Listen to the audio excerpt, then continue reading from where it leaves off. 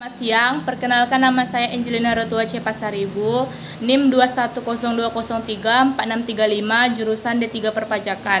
Hari ini saya akan membuat video tentang resume dari cerita yang telah saya baca, berjudul For the Sake of Volkswagen Germany Here Come Age. Apa yang perlu dibahas? Ada 5 poin, yaitu siapa yang mengalami, kemana dia pergi, apa yang dialaminya, bagaimana pendapat kalian, dan apakah kalian bersedia melakukan perjalanan yang sama sebelum kalian tamat kuliah nanti. Yang kelima, negara apa yang kalian ingin tuju dan apa langkah kalian untuk mewujudkannya kira. Oke. Yang pertama, siapa yang mengalaminya? Ia adalah Farah, merupakan mahasiswi jurusan manajemen di Universitas Indonesia. Kemana dia pergi? Ia pergi ke Eropa, yaitu ke Jerman, untuk menuntaskan tugas dari dosen manajemen marketingnya. Apa yang dialaminya? Farah banyak sekali mengalami perjalanan yang tak terlupakan olehnya. Walaupun awalannya Farah mengalami kesulitan karena ini adalah pertama kalinya Farah pergi ke luar negeri tanpa ditemani oleh orang tua dan juga teman-temannya. Apalagi ketika Farah di bagian imigrasi Frankfurt Airport tidak melihat satupun orang Indonesia. Tetapi ketika Farah mengalihkan pandangannya ke seberang mesin bagasi, barulah Farah melihat ada seorang wanita sebayanya dan Farah yakini adalah orang Indonesia.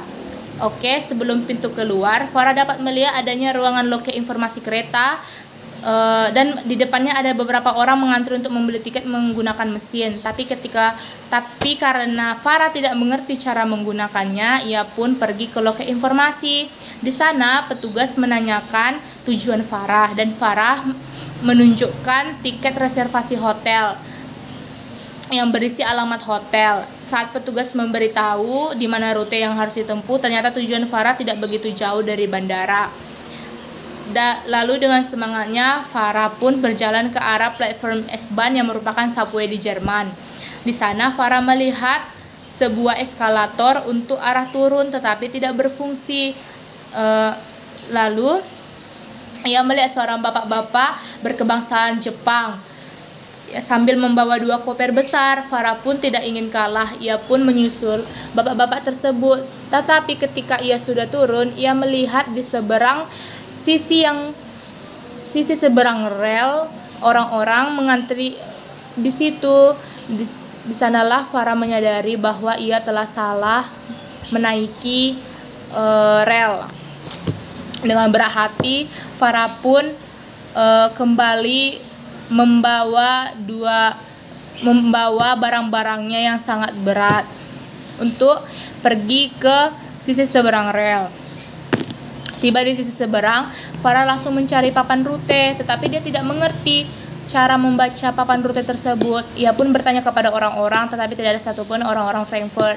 Tapi Farah tidak menyerah. Ia pun melihat ada seorang wanita yang tadinya ia jumpai di bagian seberang mesin bagasi. Orang Indonesia adalah seorang wanita yang sebaya dengan Farah. Ia pun memberanikan diri untuk bertanya kepada wanita tersebut, dan ternyata di sana Farah melihat wanita tersebut duduk bersama dengan seorang pria dan wanita berkebangsaan Indonesia lainnya. Farah pun bertanya apakah mereka orang Indonesia dan mereka menjawab iya. Ternyata itu wanita tersebut bernama Nila dan di sampingnya itu adalah kedua orang tuanya. Farah pun menjelaskan tentang kemana Farah ingin pergi, dan ternyata ibunya Nila, tante tersebut, mengetahui hotel yang ingin dituju Farah. Hotel itu bernama Hotel Europa dan pemiliknya adalah orang India. Dan si ibu dari wanita yang sebaya dengan Farah, yaitu Nila tadi, mengajak Farah untuk pergi bersama dengan mereka, dan mereka akan mengantarkan Farah sebelum arah ke rumah mereka. Dan dengan semangat pun Farah duduk satu bilik dengan keluarga Nila. Farah membuka percakapan dengan memulai menanyakan suhu di Jerman yang sangat dingin walaupun di musim spring. Lalu disusul dengan pertanyaan oleh sang ibu dari Nila yang mengatakan mengapa Farah pergi sendiri ke Jerman. Farah pun menjawab bahwa ini adalah tugas kuliah dari dosennya yang mewajibkan mereka untuk pergi ke luar negeri sendiri. Lalu sebelum sampai ke Hauptbahnhof, tak lupa Farah pun meminta foto kepada keluarga Nila. Ini adalah pertama kalinya Farah berfoto dengan orang asing, dan itu orang tersebut adalah orang Indonesia. Lalu belum sampai situ perjalanan Farah, ternyata ketika ia berada di pintu keluar, ia ingin berfoto. Ia pun meminta tolong kepada seorang wanita yang ia yakini adalah berkebangsaan Nepal, dan Farah pun berterima kasih kepada wanita tersebut. Ketika mereka berbincang-bincang, tiba-tiba saja mereka dihampiri oleh seorang pria asing meminta uang kepada Farah sebanyak 2 euro. Farah pun bertanya untuk apa, tetapi pria tersebut memaksa Farah terus-menerus untuk memberikan dia uang 2 euro. Farah pun entah terhipnotis atau kasihan, ia pun memberikan uang 2 euro tersebut. Barulah ketika pria itu pergi, Farah menyadari bahwa ia telah tertipu dan orang tadi adalah seorang pengemis. Farah pun bingung karena penampilan pria tersebut tidak sama sekali menunjukkan bahwa ia adalah seorang pengemis. Kemudian Farah memutuskan untuk pergi ke hotel. Jarak hotel Europa sangat dekat dengan Hauptbahnhof, tetapi saat itu udara sangat dingin, yaitu 8 derajat Celcius, dan Farah menyesal telah memakai kot yang tidak begitu tebal. Setelah beberapa menit berjalan, akhirnya Farah dapat melihat plank kuning bertuliskan Hotel Europa. Hotelnya kecil karena itu adalah hotel milik keluarga. Ketika check-in, Farah diperbolehkan menikmati sarapan kontinental dan juga boleh langsung masuk ke kamar yang seharusnya diperbolehkan jam 1 siang. Siang hari, Farah yang tadinya ingin beristirahat mengurungkan niatnya karena merasa menyia-nyiakan waktu dan mulai belajar beradaptasi dengan kota Frankfurt. Sebelum itu, Farah sempat bertanya sedikit dengan si resepsionis. Tiba-tiba saja resepsionis menanyakan tentang Farah dikarenakan keluarganya Nila yang menitipkan Farah kepada pihak hotel yang ingin memastikan bahwa keadaan Farah baik-baik saja. Farah merasa terharu karena keluarga Nila yang sangat begitu baik kepadanya. Sekitar pukul 3 sore, Farah pun berniat pergi ke Romer yang merupakan salah satu wisata yang terkenal di Frankfurt. Dalam perjalanan, Farah melewati gedung Europa Central Bank, dan di situ ia melihat 3 orang yang sedang mengantri untuk berfoto. Lalu salah satu dari mereka menawarkan untuk memotret Farah. Namanya adalah Andre. Lalu mereka pun mulai saling berkenalan. Lalu Andre mengajak Farah untuk berkeliling bersama dengannya dan teman-temannya. Dan sampailah mereka di Romer yang selalu ramai sekali dikunjungi oleh masyarakat asli Frankfurt ataupun turis. Tidak lupa adanya banyak pemusik dan pekerja seni jalanan yang menggelar pertunjukan kecil di sekitar patung tersebut. Lalu mereka menyeberangi jembatan di atas sungai Main yang dinginnya luar biasa.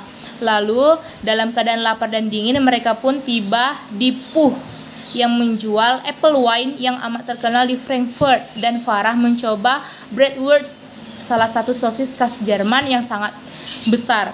Sehabis makan, Farah melihat Andre dan teman-temannya yang membeli tiket yang ada di halte depan Puff.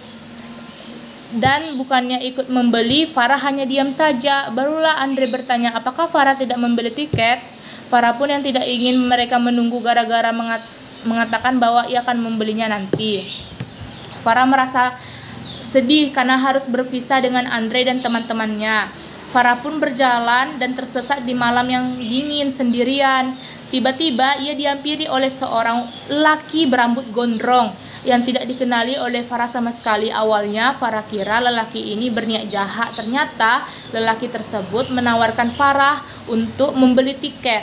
Saat di tram, Farah kehilangan tiketnya. Karena takut akan ditahan, Farah pun memutuskan untuk ikut turun bersama-sama dengan banyaknya orang yang turun di Hauptbahnhof. Ternyata Farah harus berjalan kurang lebih 500 meter untuk sampai ke Hotel Europa. Pagi hari, Farah sangat bersemangat karena akan pergi ke Paris. Sekitar 40 menit berjalan, Farah melihat main tower. Tetapi saat menemukan pintu masuknya, Farah ragu karena seperti pintu kantor dan tidak terlihat orang keluar masuk di pintu tersebut.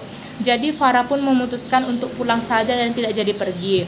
Lalu Farah memutuskan untuk naik subway ke museum. Karena Farah belum fasih membaca rute, ia pun tersesat lagi di daerah antah berantah seperti di sebuah perumahan. Untung saja ada warga sekitar yang pandai berbahasa Inggris, sehingga mereka pun memberitahu Farah di seberang ada Sungai Main.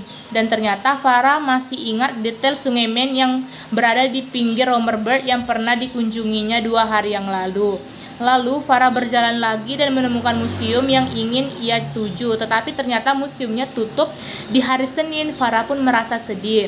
Farah pun memutuskan untuk mencari makan dan belanja di Zeil, yaitu mall terbesar di Frankfurt, tapi tidak sebesar mall yang ada di Jakarta. Lalu Farah pun menghabiskan waktu di sana. Farah pun menaiki kereta yang menurutnya lebih nyaman dari pesawat bintang 5 yang ia tumpangi dari Indo ke Jerman. Setelah 2 jam, Farah sampai di Hamburg Hauptbahnhof, dan kota inilah yang paling hangat. Farah langsung mencari hostel yang telah ia pesan dari Jakarta, yaitu Generator Hostel.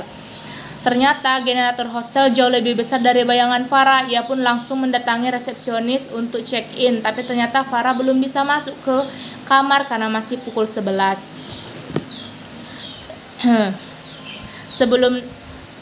Farah pun memutuskan untuk berjalan-jalan sendiri menuju Landungsbrücken,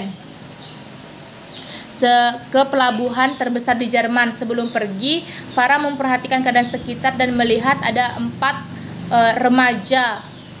Farah pun berusaha untuk mengobrol dan bergabung dengan mereka, tetapi ternyata mereka sangat irit sekali bicara. Farah pun baru tersadar kalau orang Jerman itu irit bicaranya. Ketika sampai, Farah ikut turun karena banyak orang turun di sana. Lalu Farah tersadar ia telah salah turun. Ia pun melihat ruko kecil dengan tulisan Polizei atau polisi yang lalu Farah masuki. Farah pun meminta tolong pada polisi karena ia telah tersesat dan memberitahu posisi Farah sekarang, lalu menunjukkan secara detail tempat transit mana yang harus ia lalui. Dan ia mendapatkan pelabuhan 62 dan ia pun langsung pulang dengan pelabuhan tersebut. Keesokan harinya ternyata Hamburg itu diturunkan hujan deras. Setelah sarapan di hostel, Farah mampir ke resepsionis dan menanyakan tentang free walking tour yang brosurnya terpajang di meja. Farah pun memutuskan untuk ikut tour tersebut, tapi ternyata yang ikut cuma 3 orang. Farah merasa sedih karena tidak dapat berkenalan dengan orang-orang baru. Lalu Farah pun tiba di sebuah tempat berteduh di tempat Rathaus. Ternyata pepandu mereka harus menjemput 15 orang yang bergabung, tapi tidak satu hotel dengan mereka. Pemandu tersebut memperkenalkan dirinya. Ternyata namanya adalah Ralph. Ia membawa mereka ke banyak tempat bersejarah. Setelah itu mereka pun tiba di hostel. Farah mendapat salah satu teman, yaitu Kieran, yang sangat suka tentang Indonesia sambil membelikan minuman. Hari ini Farah hendak ke kota Wolfsburg, home of Volkswagen. Ternyata tiketnya mahal, 6 euro dibanding tiket non-express yaitu 24 euro. Dari stasiun Wolfsburg Hauptbahnhof, Farah bisa melihat gedung dan cerobong asap pabrik berlogo VW, lalu menyeberangi jembatan ke Autostadt terdiri dari beberapa gedung. Gedung pertama yang dikunjungi adalah museum mobil tua, gedung yang lainnya adalah pavilion. Lalu Farah pun pulang dengan perasaan bahagia. Sesampainya di hotel, Farah menyalakan wifi dan mendapatkan WA dari temannya yang bernama Maja. Lalu Maja pun mengajak Farah untuk bertemu di pagi hari sambil sarapan. Esoknya Maja mengajak Farah, tetapi kata Farah jika ia akan pulang. Lalu pun Maja bilang di hari Sabtu saja. Lalu esoknya Maja mengajak Farah keluar dengan keluarganya untuk makan. Lalu mereka ke sebuah restoran Vietnam di Jerman. Di akhir makan siang, si ayahnya Maja tiba-tiba sudah membayar makanan Farah. Pertemuan Farah dengan mereka benar-benar sangat berarti buatnya. Setelahnya, sesuai rencana, ia pun menyusul tempat-tempat wisata yang sudah ia dikunjungi sebelumnya. Malam terakhir di Hamburg mengingat Farah tentang perjuangannya untuk mendapatkan paspor dan visa melalui kedutaan Jerman. Farah merasa beruntung bisa kuliah di kelas pemasaran internasional Pak Renald Kasali. Betapa beruntungnya Farah juga memiliki orang tua yang sepenuhnya mendukung petualangan Farah ke Eropa. Banyak sekali hal yang ia temui dalam perjalanan ini, banyak sekali pelajaran. Ternyata tidak selama pelajaran itu ada di ruang kelas. Oke? Itulah resume yang saya buat. Lalu yang keempat, bagaimana pendapat kalian dan apakah kalian bersedia melakukan perjalanan sama sebelum kalian tamat kuliah nanti? Pendapat saya bersedia. Dikarenakan saya orangnya bisa dikatakan penakut dan kurang pede. Jadi menurut saya jika ada tugas seperti itu membuat saya menjadi lebih mandiri dan percaya akan diri saya. Jika saya mampu dan sanggup seperti Farah tadi ya, walaupun pertama kali dan ia tersesat beberapa kali tetapi ia tidak mau menyerah. Yang kelima, negara apa yang ingin kalian tuju dan apa langkah kalian untuk mewujudkannya? Saya sangat ingin pergi ke Finlandia dan apa langkah kalian untuk mewujudkannya? Saya melihat di sosial media seperti di Instagram seperti brosur-brosur tentang beasiswa atau pertukaran pelajaran di Finlandia. Saya suka sekali mencek informasi tentang beasiswa atau pertukaran pelajaran atau apapun yang diadakan di Finlandia. Jadi saya mempersiapkan diri saya agar saya dapat berhasil mendapatkan beasiswa di Finlandia. Sekian video dari saya. Apabila ada salah kata mohon dimaafkan. Terima kasih.